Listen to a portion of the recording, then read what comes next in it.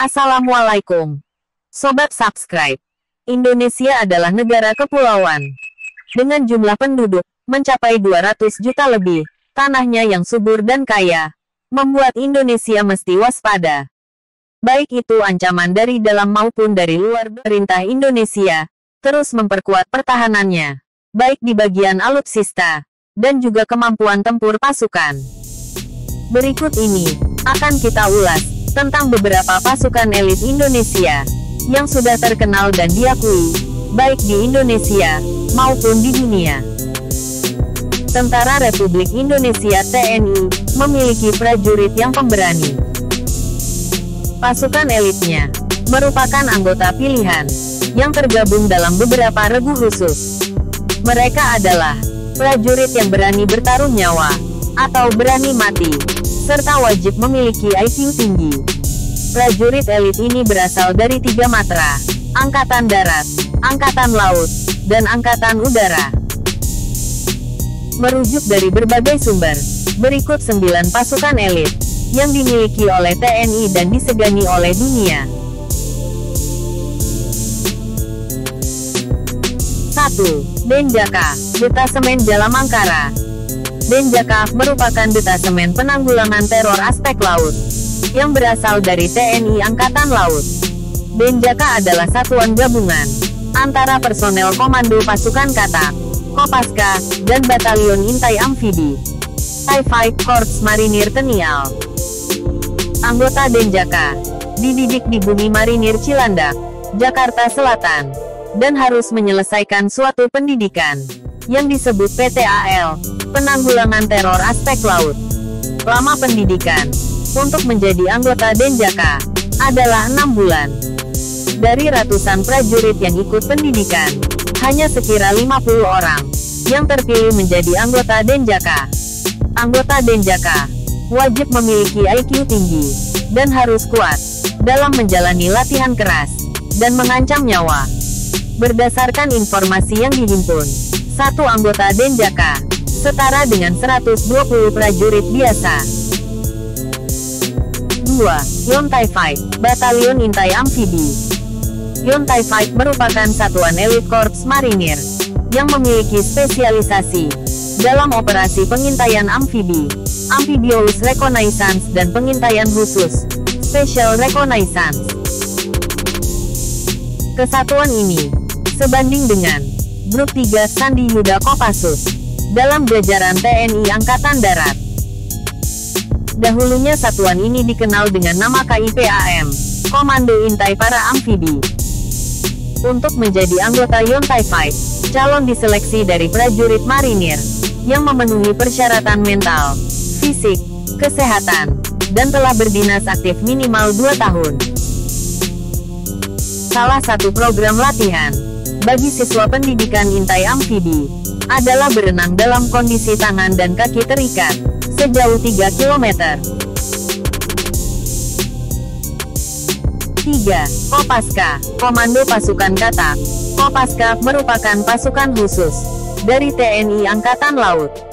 Kopaska didirikan pada tanggal 31 Maret tahun 1962 oleh Presiden Soekarno untuk mendukung kampanye militer di Irian Jaya. Saat ini, Kopaska terbagi menjadi 3 komando, yakni Satuan Komando Pasukan Katak Armada I di Pondok Dayung, Jakarta Utara, Satuan Komando Pasukan Katak Armada II di Surabaya, dan Satuan Komando Pasukan Katak Armada III di Sorong. Tugas utama dari pasukan ini adalah peledakan, demolisi bawah air, termasuk sabotase penyerangan rahasia ke kapal lawan, dan sabotase pangkalan musuh, torpedo berjiwa kamikaze, penghancuran instalasi bawah air, pengintaian, mempersiapkan pantai pendaratan untuk operasi amfibi yang lebih besar, serta anti-teror di laut maritim counter-terrorism. 4. Pashas, Korps Pasukan Khas TNI Angkatan Udara. Pashas TNI AU, dengan nama sebutan lain, Baret Jingga, merupakan pasukan khusus yang dimiliki TNI AU. Pashas merupakan satuan tempur darat berkemampuan 3 matra, yaitu udara, laut, darat. Setiap prajurit Pashas diharuskan minimal memiliki kualifikasi para komando Parako untuk dapat melaksanakan tugas secara profesional. Kemudian ditambahkan kemampuan khusus kematraudaraan sesuai dengan spesialisasinya. Pashas mempunyai ciri khas tugas tambahan yang tidak dimiliki oleh pasukan lain, yaitu operasi pembentukan dan pengoperasian pangkalan udara depan OP-3UD, yaitu merebut dan mempertahankan pangkalan. Dan untuk selanjutnya, menyiapkan pendaratan pesawat dan penerjunan pasukan kawan. 5. Totaipur, Peleton Intai Tempur. Totaipur merupakan pasukan berkualifikasi intelijen tempur Kostrad. Pembinaan satuan berada di Yon Satria Sandi Yuda, dan dalam pengoperasian di bawah kendali Panglima Kostrad yang berkemampuan Trimatra. Anggotanya direkrut dari satuan-satuan yang berdinas di Kostrad.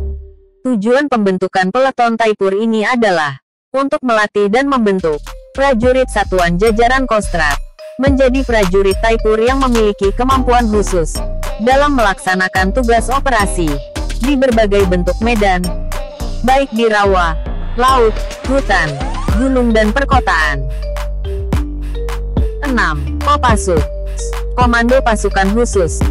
Kopassus merupakan bagian dari Komando Utama Kotama Tempur yang dimiliki oleh TNI Angkatan Darat. Kopassus memiliki kemampuan khusus seperti bergerak cepat di setiap medan, menembak dengan tepat, pengintaian, dan anti-teror. Tugas Kopassus operasi militer perang OMP diantaranya Direct Action, serangan langsung untuk menghancurkan logistik musuh, Combat SAR, anti-teror, Advanced Combat Intelligence, operasi intelijen khusus. Selain itu, tugas Kopassus operasi militer selain perang OMSP diantaranya humanitarian asistensi, bantuan kemanusiaan AIRSO, operasi anti-insurgensi, separatisme dan pemberontakan, perbantuan terhadap kepolisian pemerintah, SAR khusus, serta pengamanan VVAIVI. 7. Batalion Raider. Batalion Raider adalah salah satu batalion pasukan elit infanteri Tentara Nasional Indonesia TNI. 10 Batalion Raider dibentuk dengan membekukan 8 unit pemukul Kodam dan 2 unit Kostrad.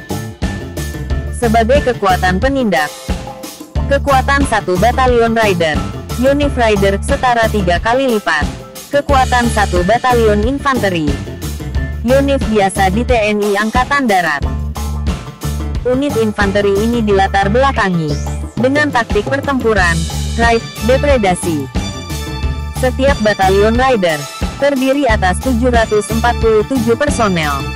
Mereka memperoleh pendidikan dan latihan khusus selama 6 bulan untuk perang modern, anti-gerilya, dan perang berlarut. Tiap-tiap batalion ini dilatih untuk memiliki kemampuan tempur 3 kali lipat batalion infanteri biasa. Mereka dilatih untuk melakukan penyergapan mobil udara, seperti terjun dari helikopter, 50 orang personel, di antara 747 orang personel dalam 1 batalion Raider, memiliki kemampuan anti-teror dan keahlian-keahlian khusus lainnya. 8. Sat 81 Gultor. Satuan 81 Kopassus, atau dulunya lebih dikenal sebagai Sat 81 Gultor, adalah satuan di Kopassus yang setingkat dengan grup dan merupakan prajurit terbaik dari seluruh prajurit TNI. Bermarkas di Cijantung, Jakarta Timur. Kekuatan dari satuan ini tidak dipublikasikan secara umum mengenai jumlah personel maupun jenis persenjataan yang dimilikinya. Semua itu dirahasiakan dan Sat 81 Kopassus. Beberapa tahun belakang ini, istilah Gultor dihilangkan dari satuan ini. Bukan tanpa sebab, melainkan karena kualifikasi yang dimiliki lebih dari penanggulan teror. 9. Sat Bravo 90. Sat Bravo 90, yang sebelumnya bernama Den Bravo 90, adalah satuan pelaksana operasi khusus Korps Pasukan Khas, yang berkedudukan langsung di bawah dan Korpas Khas.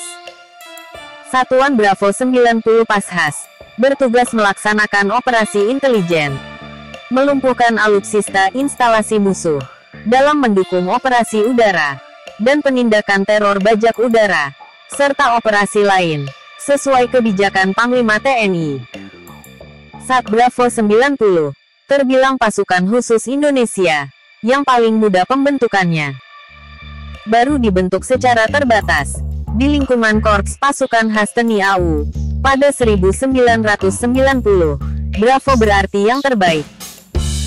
Itulah 9 pasukan elit Indonesia, yang telah terkenal, baik di Indonesia maupun dunia.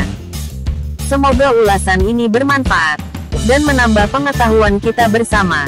Jangan lupa dukung terus channel ini, dengan like dan bagikan. Aktifkan gambar lonceng untuk mendapatkan notifikasi terbaru. Sekian dan wassalam.